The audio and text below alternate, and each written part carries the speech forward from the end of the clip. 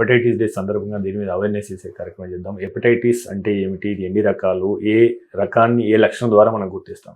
అది కూడా చాలా మంచి క్వశ్చన్ అండి. హెపటైటిస్ అంటే మెయిన్లీ 5 రకాలు ఉన్నాయండి. Hepatitis A, B, C, D, E. So ఈ ఏంటంటే ఏదైనా కలుషితమైన ఆహారం, ఫీకో ఓరల్ ట్రాన్స్మిషన్ అంటాం. అంటే ఏదైనా మలంతో కలిసిన వాటర్ కంటామినేషన్ యూజువల్లీ అయినప్పుడు అలాంటి సందర్భాల్లో ఆ ఫుడ్కి ఎక్స్పోజ్ అయితే అప్పుడు హెపటైటిస్ ఏ కానీ ఈ కానీ వచ్చే అవకాశం ఉంటుందండి. యూజువల్లీ దాంతో ఏంటంటే ఫీవర్, జాండిస్ వస్తాయి. ఫీవర్ తగ్గిపోయాక జాండిస్ ఎక్కువ అవుతుంది. 4 నుంచి 6 వారాల దాకా ఉండొచ్చు. అండ్ అది సెల్ఫ్ లిమిటింగ్, అంటే జాండిస్ వస్తుంది, ఎక్కువ అవుతుంది, తగ్గిపోతుంది. దీని జనరలీ బెడ్ రెస్ట్ అండ్ కొన్ని జస్ట్ కన్జర్వేటివ్ మేనేజ్మెంట్, కొన్ని జస్ట్ మెడిసిన్ ఎక్కువ ఉండవు కానీ జస్ట్ సపోర్టింగ్కి కొన్ని న్యూట్రిషన్కి విటమిన్స్ అవన్నీ సపోర్ట్ ఇచ్చి మేనేజ్ చేస్తామండి. యూజువల్లీ పీక్కి వెళ్ళి జాండిస్ మళ్ళీ తగ్గిపోతుంది. కానీ ఒక ప్రాబ్లం ఏంటంటే హెపటైటిస్ ఈ అనేది ప్రెగ్నెన్సీలో చాలా డేంజరస్ అవుతుందండి. ఒక్కొక్కసారి ప్రెగ్నెన్సీలో డెత్ కూడా వస్తుంది. దీనివల్ల నా అడ్వైజ్ ఏంటంటే గర్భిణీ స్త్రీలు ఎస్పెషలీ బయట ఫుడ్స్ తినడం, కంటామినేటెడ్ ఫుడ్, వాటర్ దగ్గర ఎక్స్పోజ్ అవ్వకుండా ఇంట్లో వంటలు ఎక్కువ తీసుకుని అలాంటి జాగ్రత్తలు పాటిస్తే ఈ డిసీజెస్ రావండి.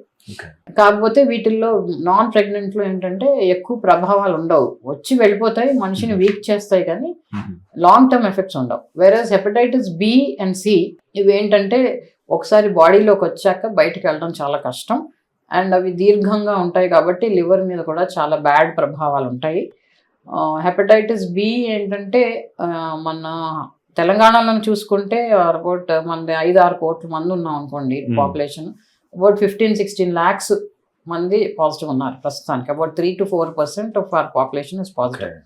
సో కనిపించిన 100 మనుషులు 3 పాజిటివ్ ఉంటున్నారు.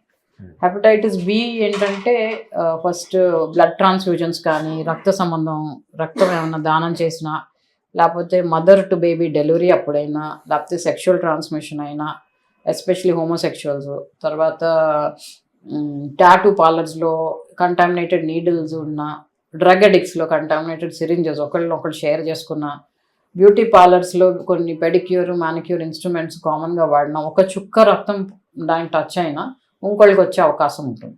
సో ఇలాంటివన్నీను జాగ్రత్తలు పాటిస్తే యూజువల్లీ హెపటైటిస్ బి ట్రాన్స్మిషన్ ఆపచ్చు. అండ్ హెపటైటిస్ సి కూడా సిమిలర్గానే ఉంటుంది, కాకపోతే హెపటైటిస్ బికి టీకా ఉంది, వ్యాక్సినేషన్ ఉంటుంది. హెపటైటిస్ సికి టీకా లేదు కాబట్టి ఇంకా జాగ్రత్తలు ఉండాలి. హెపటైటిస్ బికి ఏంటంటే ఇప్పుడు ఈ month July 28th world hepatitis day అండి. అది హెపటైటిస్ మీద అవేర్నెస్ రేస్ చేయడానికి WHO ఈ డేని స్థాపించారు, వరల్డ్ హెపటైటిస్ డే అని.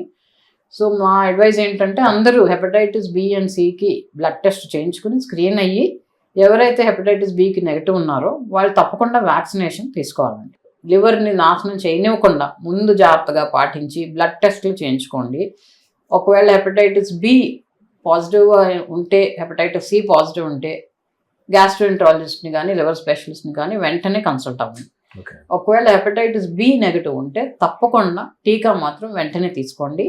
ఆ టీకా కోర్స్ ఏంటంటే 0 అంటే డయాగ్నోజ్ అంటే ఏ రోజైతే టెస్ట్ చేస్తారో ఆ రోజు 0 అంటారు, ఆ రోజు ఫస్ట్ డోస్ తీసుకోవాలి. తర్వాత 1 month తర్వాత సెకండ్ డోసు.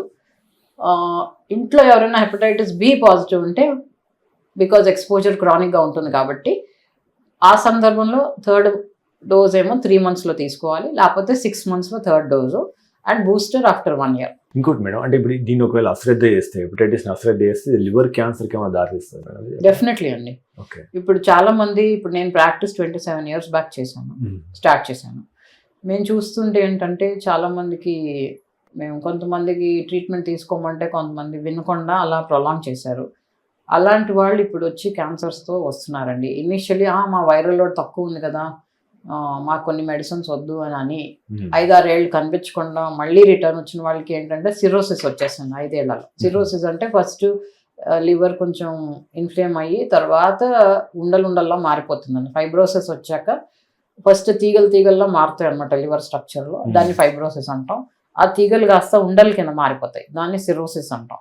సిరోసిస్ ఉండడం వల్ల లోపల అంతా అనాటమీ అంతా మారిపోతుంది, ఆర్కిటెక్చర్ అంతా డిస్ట్రాయ్ అయిపోతుంది లివర్ది. సో వెయిన్స్, ఆర్టరీస్ అన్నీను, వెయిన్ ఏమో పెద్దదైపోతుంది, పోర్టల్ వెయిన్, మిగతా ఆర్టరీస్ అన్ని చిన్నవైపోతాయి. సో లివర్ బ్లడ్ ఫ్లో తగ్గిపోతుంది.